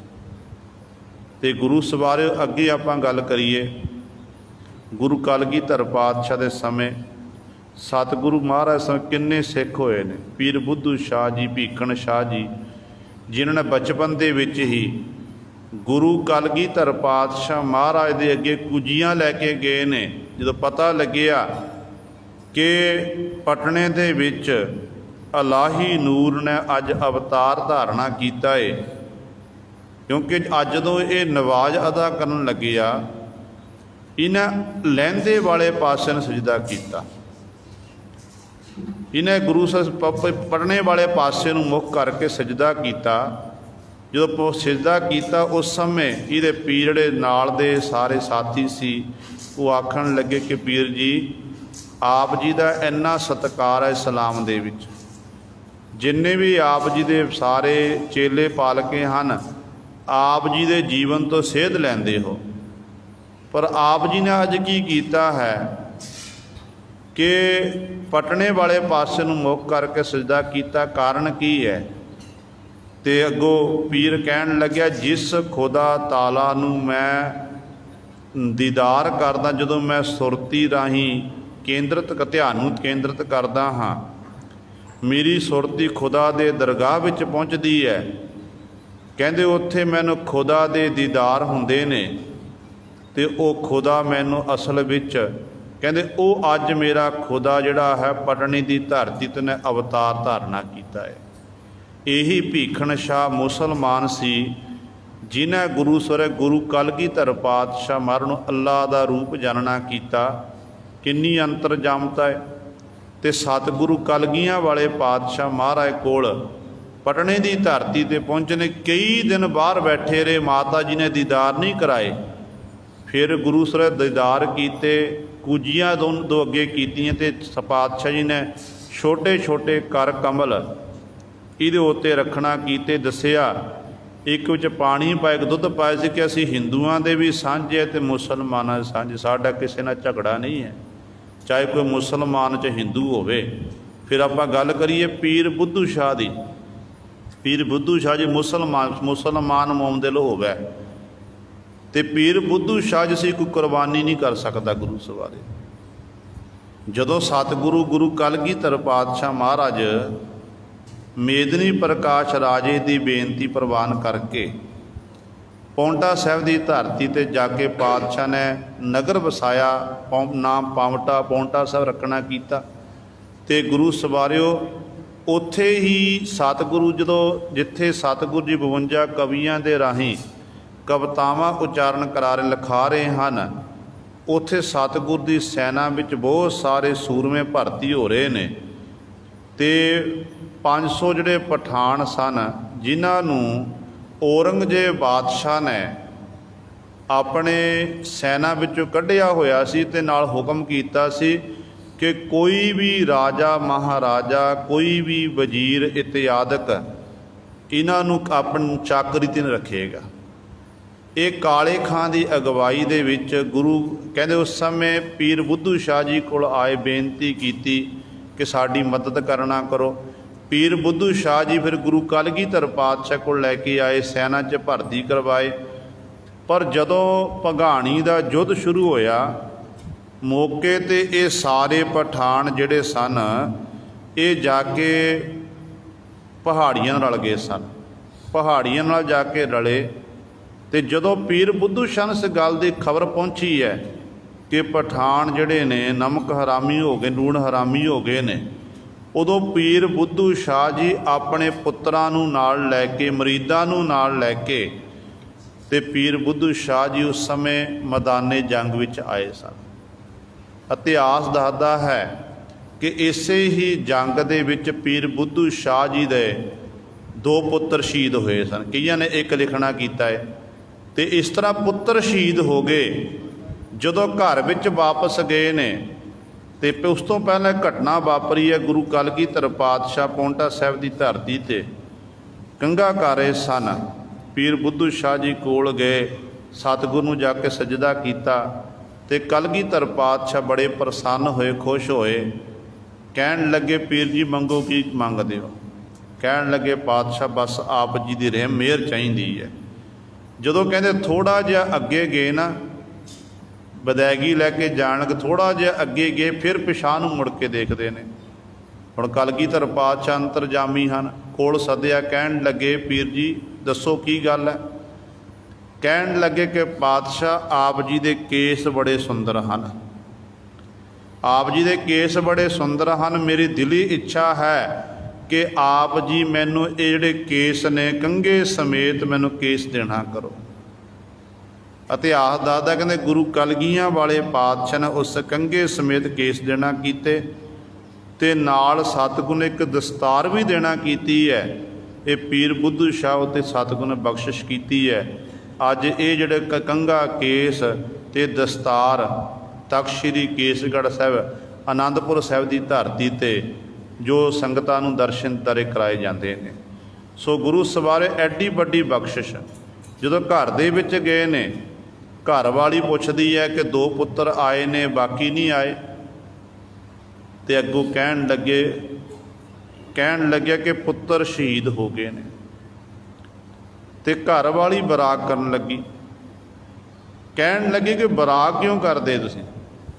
ਕੋਈ ਗੱਲ ਨਹੀਂ, ਗੁਰੂ ਨੇ ਦਿੱਤੇ ਸੀ, ਗੁਰੂ ਦੀ ਅਮਾਨਤ 'ਤੇ ਗੁਰੂ ਇਹ ਸ਼ਹੀਦ ਹੋ ਗਈ ਹੈ। ਇਸ ਸੰਸਾਰ ਦੇ ਇੱਕ ਦਿਨ ਹਰ ਇੱਕ ਨੇ ਜਾਣਾ ਹੈ। ਅੱਗੋਂ ਪਤਨੀ ਬੜੇ ਸਬਰ ਸੰਤੋਖ ਵਾਲੀ ਸੀ, ਕਹਿਣ ਲੱਗੀ ਆ ਪੀਰ ਬੁੱਧੂ ਸ਼ਾਹ ਜੀ ਨੂੰ ਕਿ ਮੈਂ ਬਰਾਕ ਇਸ ਲਈ ਕਰ ਰਿਹਾ ਕਿ ਦੋਵਾਂ ਨੂੰ ਤੁਸੀਂ ਸ਼ਹੀਦ ਕਰਵਾ ਕੇ ਦੋਵਾਂ ਨੂੰ ਵਾਪਸ ਕਿਉਂ ਲੈ ਕੇ ਆਏ ਹੋ? ਇਹ ਵੀ ਮੈਦਾਨੇ ਜੰਗ ਦੇ ਵਿੱਚ ਗੁਰੂ ਕਲਗੀਧਰ ਪਾਤਸ਼ਾਹ ਦੇ ਲਈ ਲੇਖੇ ਵਿੱਚ ਲੱਗ ਜਾਂਦੇ। ਤੇ ਮੈਂ ਸਮਝਦੀ ਸੀ ਕਿ ਮੇਰੀ ਕੁੱਖ ਨੂੰ ਜਿਹੜੀ ਸੀ, ਇਹ ਕੁੱਖ ਜਿਹੜੀ ਸੀ ਇਹ ਭਾਗਾਂ ਵਾਲੀ ਹੋ ਜਾਣੀ ਸੀ। ਮੇਰੇ ਕੁੱਖੋਂ 4 ਬੱਚਿਆਂ ਨੇ ਜਨਮ ਲੈਣਾ ਕਿ 4 ਸ਼ਹੀਦ ਕਹਾਣੇ ਸਨ। ਸੋ ਗੁਰੂ ਸਵਾਰੇ ਕਹਿਣ ਦਾ ਭਾਵ ਹੈ ਕਿ ਇਹੋ ਜਿਹੇ ਮੁਸਲਮਾਨ ਵੀ ਸਨ ਜਿਨ੍ਹਾਂ ਦੇ ਅੰਦਰ ਗੁਰੂ ਦੇ ਪ੍ਰਤੀ ਇੰਨੀ ਸ਼ਰਧਾ ਸੀ, ਭਾਵਨਾ ਸੀ, ਗੁਰੂ ਲਈ ਆਪਣੀਆਂ ਜਾਨਾਂ ਕੁਰਬਾਨ ਕਰਨ ਲਈ ਤਿਆਰ ਹੋ ਜਾਂਦੇ ਸਨ। ਸੋ ਕੱਲ ਇੱਥੇ ਸਤਿਗੁਰੂ ਮਹਾਰਾਜ ਇਹ ਬਚਨ ਕਰਦੇ ਨੇ, ਕਹਿੰਦੇ ਮੁਸਲਮਾਨ ਮੋਮ ਦਿਲ ਹੋਵੇ। ਮੁਸਲਮਾਨ ਜਿਹੜੇ ਨੇ, ਮੁਸਲਮਾਨ ਉਹ ਆ ਜਿਹਦੇ ਦਿਲ ਵਿੱਚ ਜਿਹੜਾ ਦਿਲ ਨਰਮ ਹੋ ਜਿਹਦਾ, ਜਿਹਦੇ ਦਿਲ ਵਿੱਚ ਪਰਾਏ ਦਾ ਭਲਾ ਹੋਵੇ, ਪਰਾਏ ਦਾ ਭਲਾ ਲੋਚਦਾ ਹੋਵੇ। ਅੰਤਰ ਕੀ ਮਲ ਦਿਲ ਤੇ ਧੋਵੇ। ਅਸਲ ਮੁਸਲਮਾਨ ਉਹ ਹੈ ਜਿਹੜਾ ਆਪਣੇ ਅੰਦਰੋਂ ਜਿਹੜੀ ਅੰਦਰ ਦੀ ਮੈਲ ਹੈ ਆਪਣੇ ਦਿਲ ਤੋਂ ਧੋ ਦਵੇ, ਨਾਮ ਜਲ ਦੇ ਰਾਹੀਂ ਉਹਨੂੰ ਸਾਫ਼ ਕਰ ਦਵੇ। ਕਹਿੰਦੇ ਅਸਲ ਵਿੱਚ ਫਿਰ ਉਹ ਮੁਸਲਮਾਨ ਜਿਹੜਾ ਹੈ ਉਹ ਸਤਿਗੁਰ ਦੇ ਦਰ 'ਤੇ ਪ੍ਰਵਾਨ ਹੈ, ਪਰਮੇਸ਼ਰ ਦੇ ਦਰ 'ਤੇ ਪ੍ਰਵਾਨ ਹੈ। ਹੁਣ ਗੁਰੂ ਸਵਾਰਿਓ, ਅਸਲ ਵਿੱਚ ਜੀਵਾਂ ਦੀ ਹਾਲਤ ਕੈਸੀ ਹੈ? ਗੁਰਬਾਣੀ ਮੁਤਾਬਕ ਸਤਿਗੁਰੂ ਕਹਿੰਦੇ ਨੇ, ਹਿਰਦੈ ਕਪਟ ਮੁਖ ਗਿਆਨੀ, ਝੂਠੈ ਕਹਾਂ ਬਿਲੋਬਸ ਪਾਨੀ, ਕਾਇਆ ਮਾਂਜ ਸਕੌਣ ਗੁਣਾ, ਜੋ ਘਟ ਭੀਤਰ ਹੈ ਮਲਣਾ। ਗੁਰੂ ਪਾਤਸ਼ਾਹ ਜੀ ਕਹਿੰਦੇ ਨੇ ਹਿਰਦੇ ਵਿੱਚ ਕਪਟ ਹੈ, ਛਲ ਹੈ, ਤੇ ਮੁੱਖੋਂ ਗਿਆਨ ਵਾਲੀਆਂ ਗੱਲਾਂ ਕਰਦੇ ਨੇ। ਇਸੇ ਤਰ੍ਹਾਂ ਕਹਿੰਦੇ ਕਾਇਆ ਮਾਂਜ ਸਕੌਣ ਗੁਣਾ, ਜੋ ਘਟ ਭੀਤਰ ਹੈ ਮਲਣਾ। ਕਾਇਆ ਸਰੀਰ ਨੂੰ ਮਾਂਜੀ ਜਾ ਰਿਹਾ, ਸਰੀਰ ਨੂੰ ਤੀਰਥਾਂ ਉੱਤੇ ਜਾ ਕੇ ਨਹਾਉਂਦਾ ਫਿਰਦਾ ਏ, ਚੰਗਾ ਸੋਹਣਾ ਬਣਾ ਕੇ ਰੱਖਦਾ ਏ, ਪਰ ਅੰਦਰ ਦੀ ਮੈਲ ਨਹੀਂ ਧੋਤੀ ਜਾ ਰਹੀ ਤੇਰੇ ਪਾਸ। ਅੰਦਰ ਤੇਰਾ ਸਾਫ਼ ਨਹੀਂ ਹੋਇਆ। ਪਹਿਲਾਂ ਆਪਣੇ ਅੰਦਰ ਨੂੰ ਤੂੰ ਸਾਫ਼ ਕਰਨਾ ਕਰ।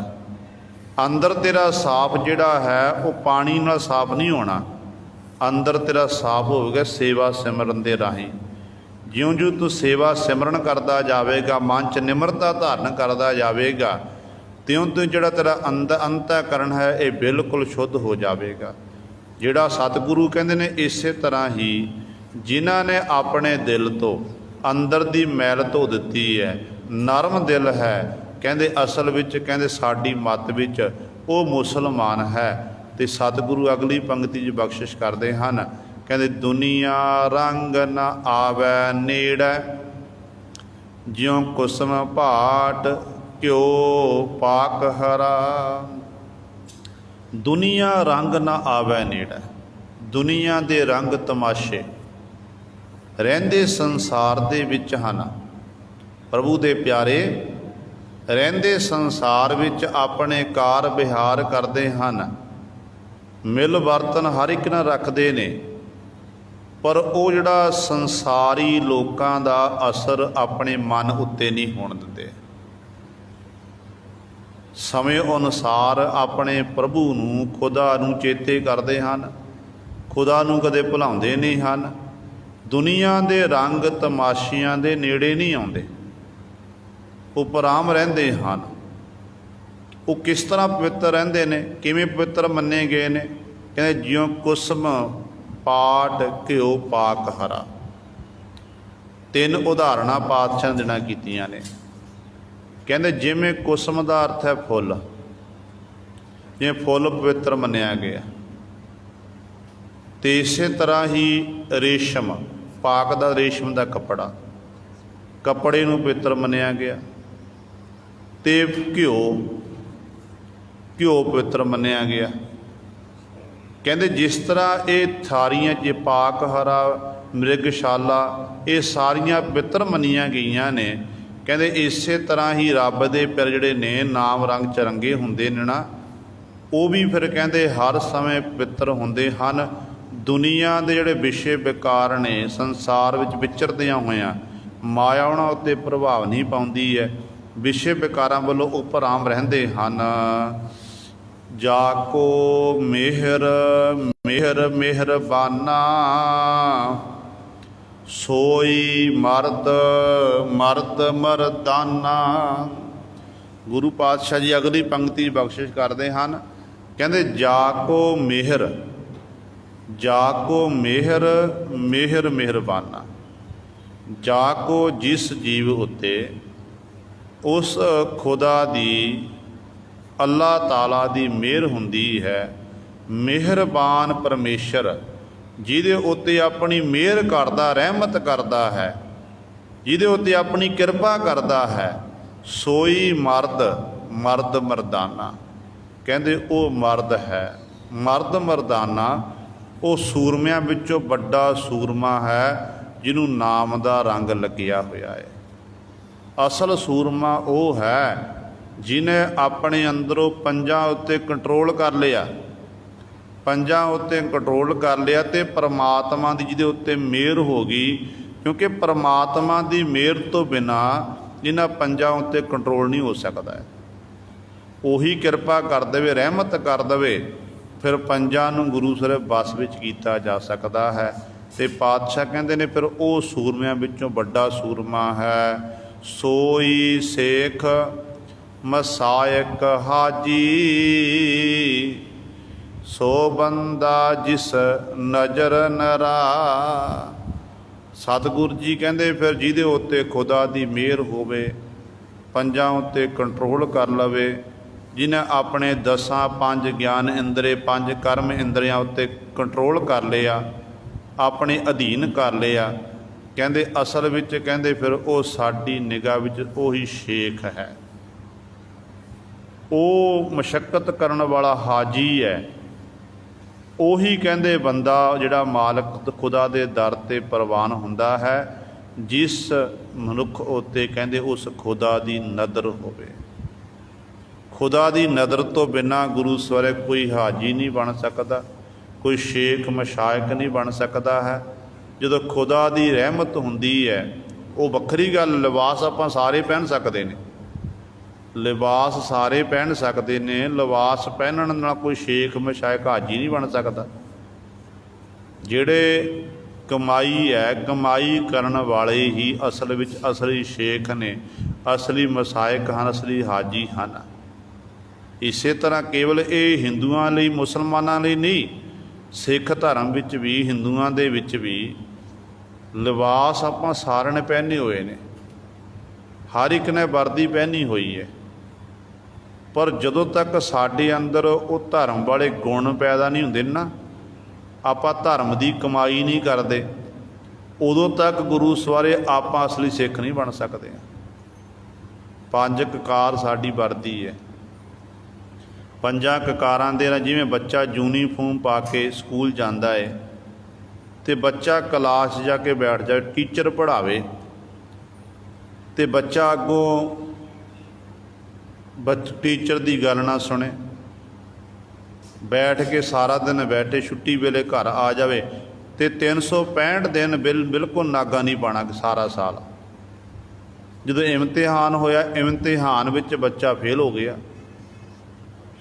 ਫੇਲ ਹੋਇਆ, ਫੇਲ ਹੋਣ ਦਾ ਕਾਰਨ ਕੀ ਸੀ? ਸਕੂਲ ਤਾਂ ਗਿਆ पर टीचर की गल नहीं सुनना कीती। वर्दी पहनी है, वर्दी पहन के गया,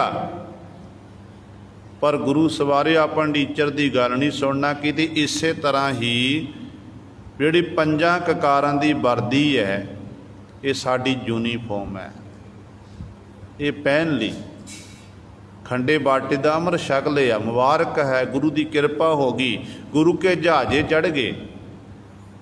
पर ना तो कदे जपजी साहिब का पाठ किया, ना सौण वेले सोला पढ़िया, ना गुरु सवारियो सोदर का जाप किया। 5 बाणियां तो दूर दीयां गल ने, जिहड़े करते ने उन्होंने मुबारक, उन्हां ते बड़ी गुरु की बख्शिश है, रहमत है। पर बहुत आधार विच साडी हालत इहो जी हो गई है कि धर्म दीयां निशानियां आपां पहन लीआं, ते पर धर्म नूं आपां जिहड़े धर्म दे नियम ने उन्हां दी पालना नहीं आपां कर रहे हैं। तो गुरु पातशाह जी यही बचन इन्हां हाजियां लई कर रहे ने, कहंदे जिहदे उत्ते उस मालक दी नदर होवे, रहमत होवे, ते साडी निगाह दे विच कहंदे ओह हाजी मालक दे दर ते प्रवान है। वो कहंदे शेख मशाइक प्रवान है जिहदे उत्ते उस मालक दी नदर है। ते असल विच परमात्मा दी नदर दे नाल ही, नज़र दे राही ही सब कुछ हुंदा है।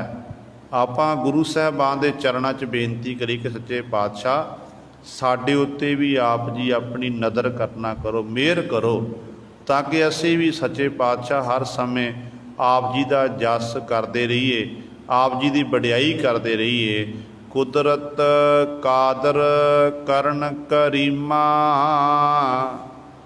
सिफत मुहब्बत अथार रहीमा। कुदरत कादर, कुदरत का कादर जो परमेश्वर है, करन करीमा, सारियां उत्ते वो बख्शिश करन वाला है, क्योंकि वो परमेश्वर बड़ा है, वो खुदा बड़ा है, जिन्हों पहला तो मुंड कदीमा ते आदत पई हुई है कि जीवां उत्ते बख्शिश करनी। परमेश्वर जिहड़ा है सरबत दा भला करदा, उहदे प्यारे भी सरबत दा भला मंगते हैं। वो भी सरबत जिहड़े परमेश्वर विच गुण हुंदे ने, उही गुरु सवारियो प्रभु परमात्मा दे प्यारियां विच गुण पैदा हो जाते हैं। ते सतगुरु कहंदे ने सिफत मुहब्बत अथाह रहीमा। ऐसे परमेश्वर नूं किवें प्राप्त किया जा सकदा? जिहड़ा रहमतां करन वाला है, कहंदे उहदी सिफत करके, उहदे नाल मुहब्बत प्रेम करके। जदों उहनां मालक नाल प्रेम करांगे, सिफत सलाह करां रसना दे राही, जिहड़ा बहुत वड्डा है, अथाह दा अर्थ जिहदा कोई हद बन्ना नहीं है। ते रहीमा जिहनूं रहमत करन दी आदत पई हुई है, रहीम है परमेश्वर। कहंदे इस तरह उस मालक दी सिफत सलाह करके ही अथाह परमेश्वर नूं, खुदा नूं प्राप्त किया जा सकता है। जो तक रसना राही असीं उस मालक का जस नहीं करते, वडियाई नहीं करते, उदों तक गुरु सवारियो साडी उस मालक प्रभु दे नाल नेड़ता नहीं बन सकती है। तो सतगुरु अगले पंक्ति बख्शिश करते हैं, हक हुक्म सच खुदाया, बुझ नानक बंद खलास तरा। हक हुक्म, हक का अर्थ है बड़ा, सब तो बड़ा वो खुदा ताला ही है, परमेश्वर तो बड़ा कोई नहीं है। ते उसे ही सब तो बड़े परमेश्वर का हुक्म सारियां उत्ते चल रहा है।